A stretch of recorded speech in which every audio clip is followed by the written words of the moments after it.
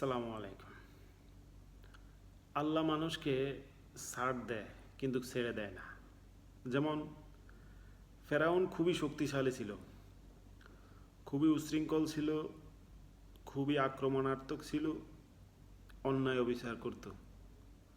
আল্লাহ কিন্তু তাকে মেলা ছাড় দিয়েছেন শুধরানোর জন্য, নিজেকে কন্ট্রোল করার জন্য, কিন্তু সে করতে পারে নাই। তারপরে কি হয়েছে? আল্লাহ তাকে কিন্তু ছেড়ে দেন নাই, উপযুক্ত শাস্তি তাকে দিয়েছেন এবং কিয়ামত পর্যন্ত আজীবন তার লাশ ওই মিশরের মিউজিয়ামে রেখে দিয়েছেন।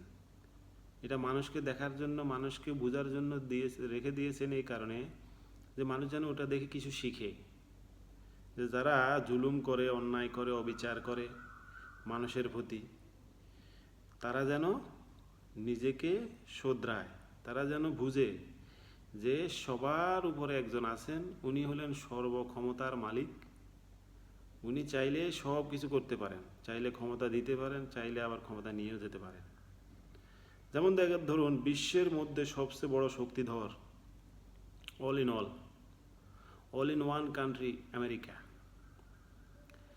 আমেরিকা মানুষ বিশ্বের বিভিন্ন দেশে যুদ্ধ বাজায় দেয়। যেমন ধরেন, ইসরায়েল ফিলিস্তিনে যুদ্ধ বাজায় দিয়ে রাখছে।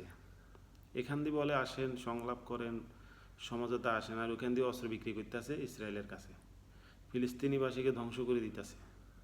কত মানুষ না খাই আছে, কত বাচ্চা মারা গেছে, এই পর্যন্ত কত বাচ্চা মারা যাইতেছে, কত অন্যায় অবিচার চলতেছে ফিলিস্তিনিবাসীর উপর। ইসরায়েলিদেরকে আমেরিকা সরাসরি সমর্থন দেয়, অস্ত্র বিক্রি করে তাদের কাছে। কিন্তু আল্লাহর মায়ের কয় না, ওস্তাদের মায়ের শেষ রাইতে আল্লাহর ধরা বড় ধরা। তুমি আমেরিকা ইসরায়েলরে প্রশ্রয় দিতেছ, অস্ত্র বিক্রি করতেছ ফিলিস্তিনিকে ধ্বংস করার জন্য, কিন্তু আল্লাহ দাবানলকে বলছে তুই এখান দিয়ে জ্বালাইয়া দে, আমি আছি। বারাক ওবামা আর ট্রাম্প ওর যেই হোক, সে কে কি করতে পারে আমার সাথে, আমি যাকে ধরি তাকে ছাড়ি না। তুমি আমেরিকা ইসরায়েলরে বলছো যে তুই এখান দিয়ে ধ্বংস করে দে, জ্বালাই দে, পোড়াই দে, মানুষ মারিয়েলা। আর আল্লাহ দাবানলরে বলছে তুইও এখান দিয়ে জ্বালাইয়া দে, ক্যালিফোর্নিয়া, লস অ্যাঞ্জেলেস। সুতরাং এখনো সময় আছে, সংযত হও, বুঝে নাও যে আল্লাহর ধরা বড় ধরা। আল্লাহ যদি ধরা ছাড়ে না, আর আল্লাহ এমনভাবে ধরবে, তোমার যত বড় বিজ্ঞানী থাকুক, তোমার যত বড় সেফটি ব্যবস্থায় থাকুক না কেন, কিছুই কাজে আসবে না। আর এখান থেকে আমাদের শেখার অনেক কিছু আছে। আমরা যারা অন্যের উপর জুলুম করি, অন্যায় করি, অবিচার করি, তারা এই সাধারণ এসব বিষয় থেকে আমরা শিখতে পারি যে দিন শেষে আমাদের শক্তি কিছুই না।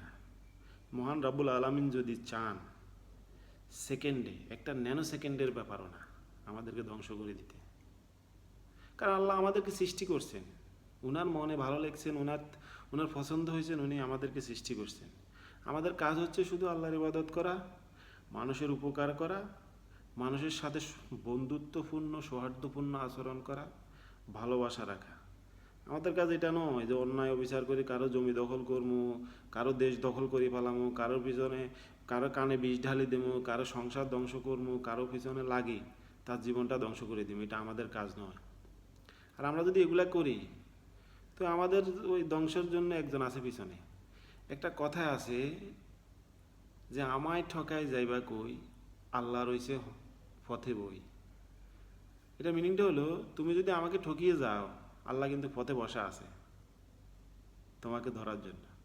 সুতরাং সাবধান, কখনো গায়ের জোর দেখাবেন না। বনের ভাগও 10 কিলোমিটার দূরের হরিণটাকে দৌড়াইয়া দিয়ে থাবামারি খেয়ে ফেলায়, কিন্তু এমন একটা সময় আসে হরিণ তার সামনে দিয়ে হাঁটে যায়, কিন্তু ধরার মতো তার গায়ে শক্তি থাকে না।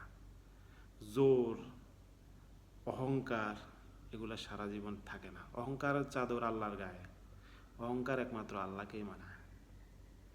সুতরাং ভালো হয়ে যান, সুন্দর হয়ে যান। আসুন আলো ছড়াই। সালামু আলাইকুম।